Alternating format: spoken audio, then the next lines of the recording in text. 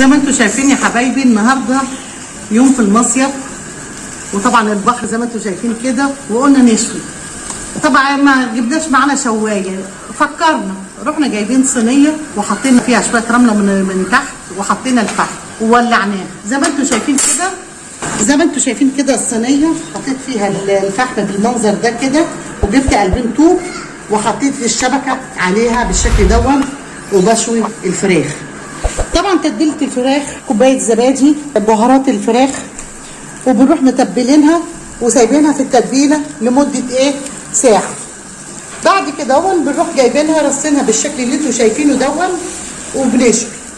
وطبعا ميه التتبيله اللي نزلت منها بنروح ساقيين الفراخ بعد ما بتخش في السوا، عشان تبقى لحمه الفراخ طريه كده وحلوه مع الشوش. وهنشوف دلوقتي برضو واحنا بنشوي اللحمه برضو بنعملها ازاي. وكده حاجه بسيطه، وعملنا وشوينا وعملنا اللي احنا عايزينه، ولا شوايه ولا اي حاجه، ان نفكر كده ونعمل حاجه سريعه. زي ما انتم شايفين يا حبايبي، جبت لحمه من عند الجزار، قلت له عايزه لحمه للشوي، علشان في لحمه ما بتاخدش سوا على الفحم وبتستوي بسرعه. قلت له عايزه عرق فيليتو، الحته دي بتستوي بسرعه. طبعا قطعناها قطع زي ما انتم شايفين كده، زي ما هي ماسكه ببعضيها، بس فتحناها بالشكل اللي انتم شايفينه ده عشان تستوي بسرعه. التتبيله بتاعتها بقى هنا، دي التتبيله مشكله، تتبيله لحمه مشكله، بودره توم وبودره بصل وفلفل اسود وبهارات، مشكله من كله. هناخد منها الحبه، بسم الله الرحمن الرحيم، ونرش كده في قلب الفتحات بتاعت اللحمه كده اهو بالشكل اللي انتم شايفينه ده حبايبي. برضو نلف من الناحيه الثانيه، اللحمه الناحيه الثانيه سليمه زي ما انتم شايفين كده كده. ما فيش اكتر من اللي هنعمله بالشكل اللي انتم شايفينه ده. هناخدها ونشويها على الفحم برضو زي ما احنا كنا بنشوي الفراخ. دلوقتي هنشوي اللحمه وبرضو مع بعض هنشوف هنشويها ازاي. وبرضو هنعمل لها شويه صوص صغننين كده، علشان ما بتخش في السوا بنقعد نسقيها عشان اللحمه تبقى طريه مش ناشفه. والصوص ده عباره عن معلقه صلصه وشويه ميه وشويه توابل للحمه فيها، وبنقلبها ونسقي اللحمه وهي بتشوي. وهنشوف مع بعض يا حبايبي. زي ما انتم شايفين يا حبايبي، حطيت اللحمه طبعا الفحم اهو زي ما انتم شايفينه اهو. وبعد ما شلت الفراخ، طبعا الشوايه مطرحها مطرح الفراخ ما كنت بشوي، هحط اللحمه بسم الله الرحمن الرحيم بالشكل اللي انتم شايفينه ده.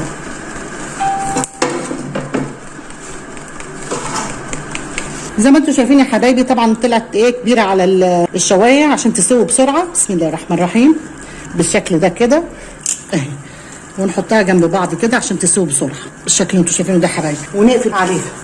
وطبعا زي ما قلت لكم هنعمل لها لما تخش في السوا شويه، هنعمل لها شويه صوص كده عشان يطروها، وهنشوفها مع بعض واحنا بنعملها.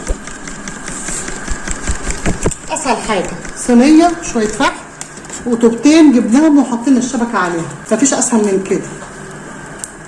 هناخد معلقه صلصه زي ما انتم شايفين كده، هي معلقه صلصه واحده بس. هنحط برده شويه توابل صغننه كده، التوابل دي مشكله زي ما قلت لكم، وعليها الملح اهي حبه صغيره بس. وهنحط حبه خل صغيره، وهنزود شويه ميه صغيره بالشكل ده، ونروح مقلبينها. هنروح على اللحمه لما تخش في السوا نروح ساقيينها. دي تخلي اللحمه مش ناشفه وطريه وجميله، تاكلوها كده زي اللوز. نروح على اللحمه ونعملها زي ما انتم شايفين كده. اللحمه بدات تستوي اهي. هبدا احط من الصوص اللي احنا عاملينه كده بالشكل اللي انتم شايفينه ده، تديلها طعم وتبقى في الشوي وتبقى طريه كده وانتم بتاكلوها جميله اهي بالشكل اللي انتم شايفينه ده حبايبي.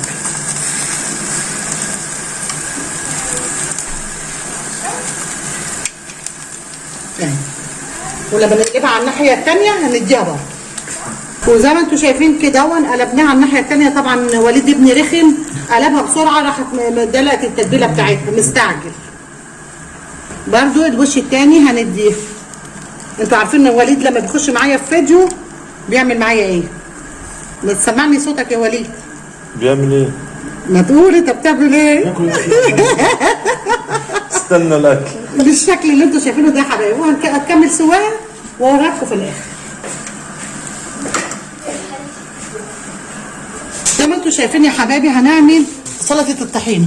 حطينا الطحينه، طبعا الطحينه خام، وحطينا عليها ملح وكمون وفلفل، وهنحط شويه خل، ده الملح، وهنا غلينا ميه وبنحط شويه ميه عليها وهنقلبها.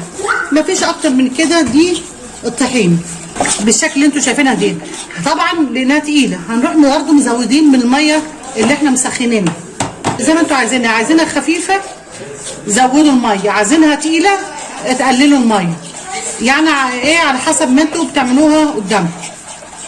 دي الطحينه. وطبعا عملنا شويه سلطه كانت عشان يبقى مع الشوي الطحينه والسلطه بالشكل ده. هنقعد نقلب فيها. هتبقى كده يا احمد بالطريقه دي ولا هتزود تاني؟ شويه عشان الخل بيربطها. وحطيت الخل ولا لسه؟ الخل في الاخر عشان بيربطها. طبعا هيحط الخل في الاخر علشان ايه؟ يربطها. بيزود الميه السخنه حبه بحبه.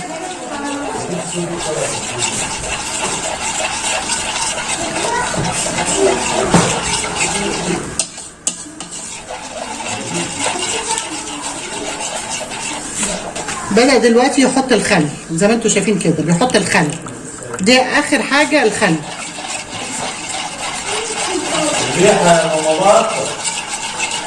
طبعا انتوا سامعين صوت وليد يا ابني مستعجل عايز ياكل عشان يروح ينزل البحر.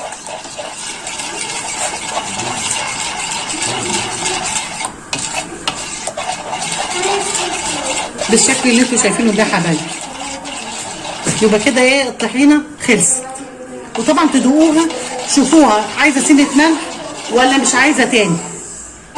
وهيحط معلقه زيت، حط حبه زيت زي ما انتوا شايفين كده، وبقى يقلبها كويس. زيت زيتون بقى. ويا سلام بقى لو زيت زيتون، بس احنا حطينا زيت ذره، اللي عندنا دلوقتي زيت ذره لان لسه ما نزلناش مرسى مطروح البلد عشان نجيب زيت الزيتون. كده الطحينه زي ما انتوا شايفينها كده حبايبي خلصت بالشكل ده.